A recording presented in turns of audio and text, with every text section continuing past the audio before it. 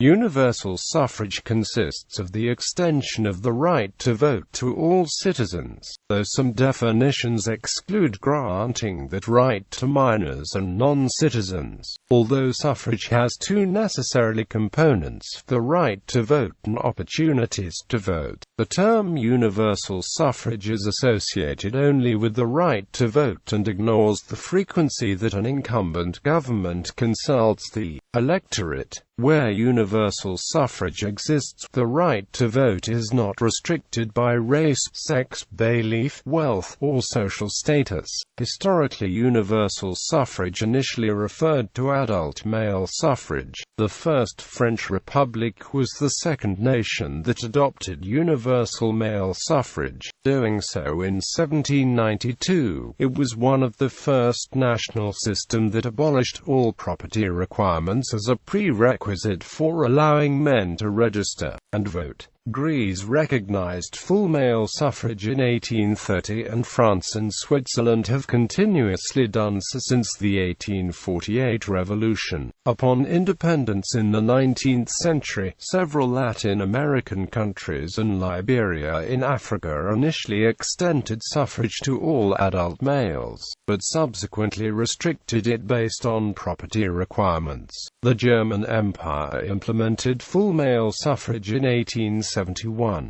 The United States theoretically adopted full male suffrage with the 15th Amendment to the United States Constitution in 1870, but this was not practically implemented in the South until the Voting Rights Act of 1965. In 1893, New Zealand became the first nation in the world to grant universal male and female adult suffrage. In most countries, full universal suffrage followed about a generation after full male suffrage. Notable exceptions in Europe were France, where women could not vote until 1944, Greece, and Switzerland. It is worth noting that countries that took a long time to adopt women's suffrage were often actually pioneers in granting universal male suffrage. In the first modern democracies, governments restricted the vote to those with property and wealth, which almost always meant a minority of the male population. In some jurisdictions,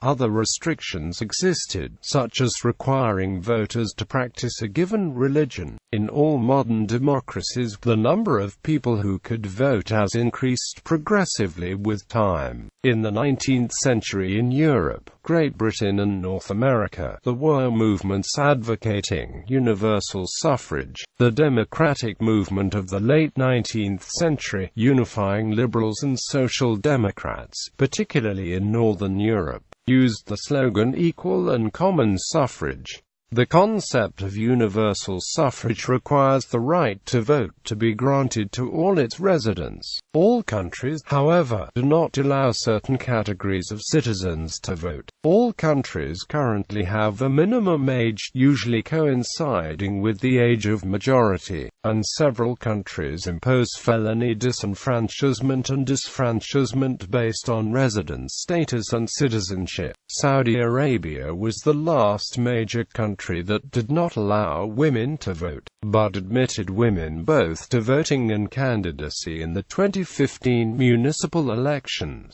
Expanding suffrage. The first movements in the Western world toward universal suffrage occurred in the early 19th century, and focused on removing property requirements for voting. In the United States following the American Civil War, slaves were freed and granted rights of citizens, including suffrage for adult males. In the late 19th and early 20th centuries, the focus of the universal suffrage movement was the extension of the right to vote to women. Several European nations that had enacted universal suffrage had the normal legal process, or their status as an independent nation, interrupted during and after the First World War. Many societies in the past have denied people the right to vote on the basis of race or ethnicity, related to discriminatory ideas about citizenship. For example, in apartheid-era South Africa, non-white people could not vote in national elections until the first multi-party elections in 1994. Although in the United States African Americans were granted the rights of citizens, including suffrage, by constitutional amendments following the American Civil War. Later in the century, white Democrats had regained control in all states of the former Confederacy in the American South. From 1890 to 1910 they passed new constitutions, laws or constitutional amendments establishing barriers to voter registration and, later, voting, that essentially disfranchised most African Americans. They mounted legal challenges, but did not fully regain the ability to exercise the rights until after passage in the mid-1960s of the Voting Rights Act, which provided federal protection and enforcement.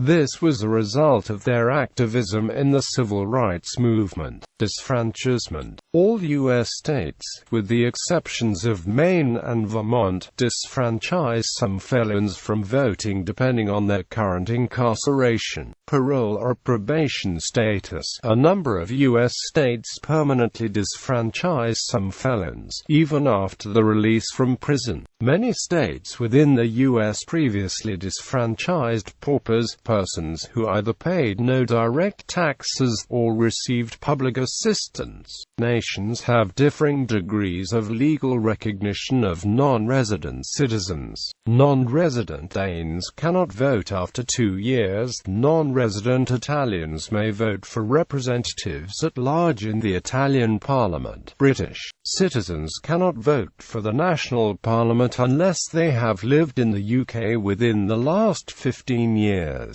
A few nations also restrict those who are part of the military or police forces, e.g. Kuwait. Many democratic countries, for example the United Kingdom and France, have had colonies with citizens living outside of the mother country and have generally not been entitled to vote for the national legislature. A peculiarly complex case is that of Algeria under the Third French Republic. Algeria was legally an integral part of France, but citizenship was restricted by legal status, not by race or ethnicity.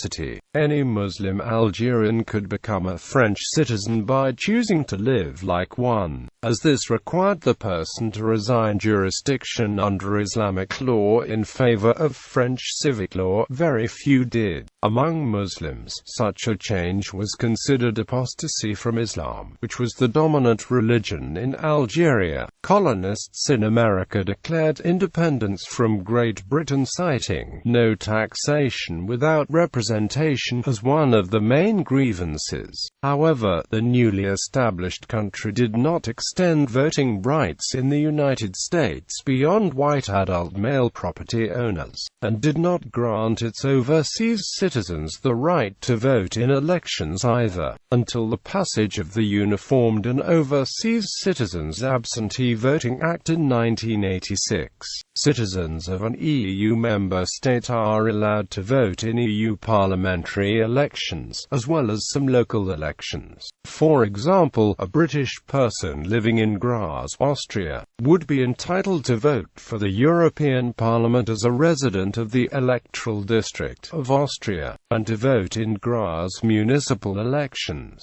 He would, however, not be entitled to vote in Austrian elections, or Styrian elections. Similarly, all locally resident EU citizens in the UK are allowed to vote for representatives of the local council, and those resident in Scotland, Wales and Northern Ireland may vote for the devolved parliaments or assemblies, but only British, Irish and Commonwealth citizens are allowed to vote for the British House of Commons. However, not all British citizens are allowed to vote, since non-resident British citizens lose the franchise after 15 years. In fact, the British government is planning to reinstate universal suffrage soon, but only after more than 1 million expats, including the most pro-European, were excluded from the 2016 Brexit referendum. In the West Bank, Palestinians are not Israeli citizens and therefore cannot vote in Israeli elections.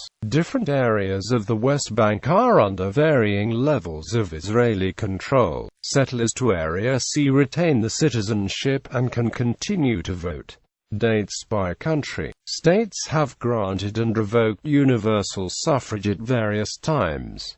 This list can be organized in 3 ways. Universal. There are no distinctions between voters over a certain age in any part of its territories due to gender, literacy, wealth, social status, language, religion, race, or ethnicity.